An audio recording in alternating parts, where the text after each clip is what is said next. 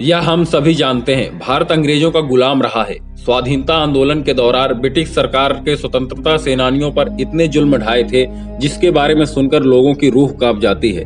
आजादी के लिए लड़ने वाले लोगों को फांसी दी गई। केवल इतना ही नहीं, सेनानियों को तोपों के हवाले कर दिया जाता था। यह वह दौर था जब अंग्रेजों के पास सेलुलर जेल थी। यह जेल कोई आम जेल नहीं थी। दोस्तों, आखिरकार सेलुलर जेल की कहानी क्या है, शुरू करते हैं। काला पानी की कहानी शुरू होती है 1857 से। क्रांति के दौरान और बाद में जिन लोगों को पकड़ा जाता था, अंग्रेज उन्हें फांसी पर लटका देते थे या तोप के मुहाने पर बांधकर उड़ा देते थे। हालांकि ऐसा सबका हश्र नहीं हुआ। कुछ कैदियों को कैद कर लिया जाता था और उन्हें विद्रोह के डर से अंग्रेज इन्हें मेनलैंड से दूर भेजने के लिए सोचा और ऐसे चुना गया अंडमान द्वीप। अंडमान द्वीप भेजने के दौरान समुद्र की यात्रा करनी पड़ती थी। उस दौर में हिंदुओं के बीच एक मान्यता थी, अगर समुद्र की यात्रा कर ली तो धर्म भ्रष्ट हो जाता था। ऐसे लोगों को जहाज से बाहर कर दिया जाता था, इसलिए समुद्र के पानी को काला पानी कहते थे।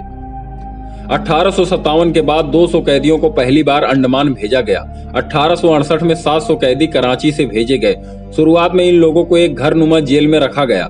1890 तक कैदियों की संख्या में काफी ज्यादा इजाफा हो चुका था। 1890 में 2 अंग्रेज अधिकारियों को इस बात से दिक्कत शुरू हो गई दिखाई। उन्होंने जेल के नाम पर आजादी कैसे, चार्ल्स और लायल और एएस लेथब्रिज ने दोनों ने एक रिपोर्ट बनाकर सरकार के सामने पेश किया, जिसमें एक नई जेल बनाने के लिए उन्होंने मांग रखी और साथ में ये भी सुझाव दिया था कि यहाँ आने वाले कैदियों के लिए कठिन वातावरण होना चाहिए। सरकार की मंजूरी के बाद 1896 में नई जेल बनाने का कार्य शुरू हुआ। इसके लिए बर्मा से लाल ईंटें मंगाई गई और मजदूरों के लिए उन्हीं कैदियों का इस्तेमाल किया गया जो आगे चलकर इसी जेल में रहने वाले थे। हेंस अंडमान में जेल जो है पिनाप्टी कान डिजाइन के हिसाब से बनाई गई, एक साइकिल के पहिए की तरह और एक डंडा, उसमें निकली हुई तीलियां। अंडमान की जेल के बीच में एक बड़ा सा टावर बनाया गया।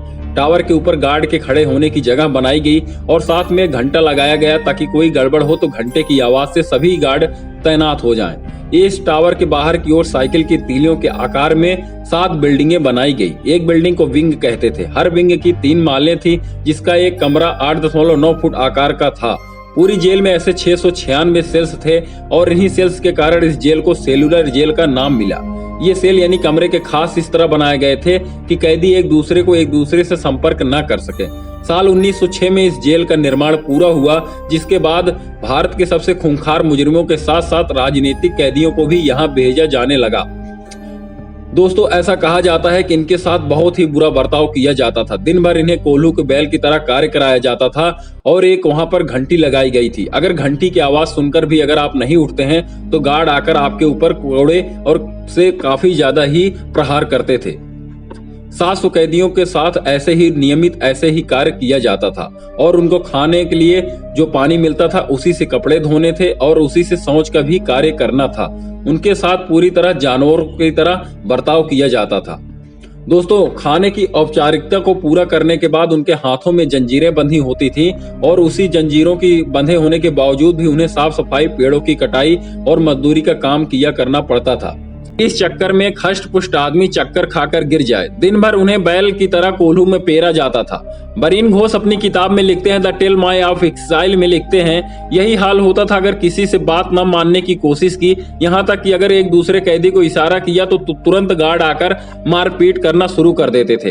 कोल्हू की तरह बैल का काम निपटाने के बाद एक नया काम मिलता था, जैसे नारियल की खोल से भूसी निकालना। इसके लिए नारियल की खोल को हथौड़े से मारना पड़ता था। इतने के बाद भी अगर जान बची तो पुरानी रस्सियों को घिस कर उससे धागे निकालने पड़ते थे कि जब तक आपके हाथ से खून न निकल जाए।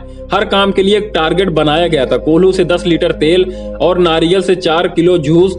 शाम तक ये टारगेट नहीं पूरा हुआ तो हथकड़ियों से बांधकर लटका दिया जाता था। पहली बार 3 दिन के लिए, फिर 10 दिन के लिए। इसके बीच गार्ड घुटनों के बीच एक डंडा फंसा देता था ताकि पैर फैला रहे। रात को जब कैदी कमरे में पहुंचता था तो देखता था वहां 2 बर्तन है, एक पानी के लिए, दूसरा ताकि अगर रात में टॉयलेट जाना पड़े तो इसी में कर ले।